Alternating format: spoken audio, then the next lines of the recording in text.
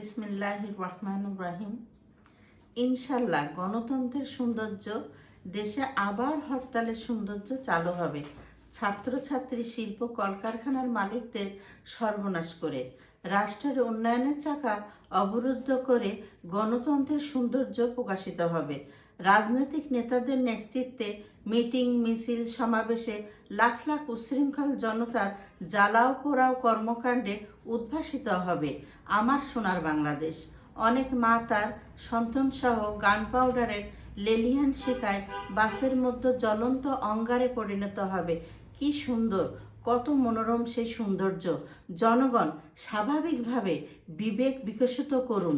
একটি সমাবেশে লাখ লাখ রাজনৈতিক কর্মীর শ্রম ঘণ্টা হিসাবে কত অর্থের অপচয় হয়।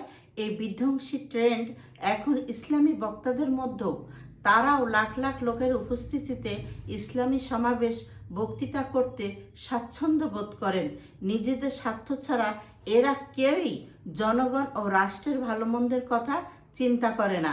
আপনাদের জনগণের সত্যিকারের ভালোবাসা থাকলে, তাদের উদ্দেশ্য কোনো দিক নির্দেশনা প্রস্তাব থাকলে সেটা বিভিন্ন যোগাযোগ মাধ্যম প্রচার করুন। সামাজিক যোগাযোগ মাধ্যম এখন অনেক শক্তিশালী। এই ইসলামী বক্তাদের হাতে গোনা দু একজন ছাড়া রাষ্ট্রের প্রতি কোনো দায়বদ্ধতা অনুভব করে না। সমস্ত দুর্নীতিপরায়ণ নেতৃত্ব সাবধান হন। 5ই আগস্টের পুনরাবর্তন যদি আবার হয়, সেটা হবে বীভৎস, আপনাদের কল্পনারও বাহিরে। জনগণ শোষিত হতে হতে তাদের প্রতি আপনাদের অন্যায্য অ্যাকশান বীভৎস নির্দয় রিয়াকশনে রূপ নেবে।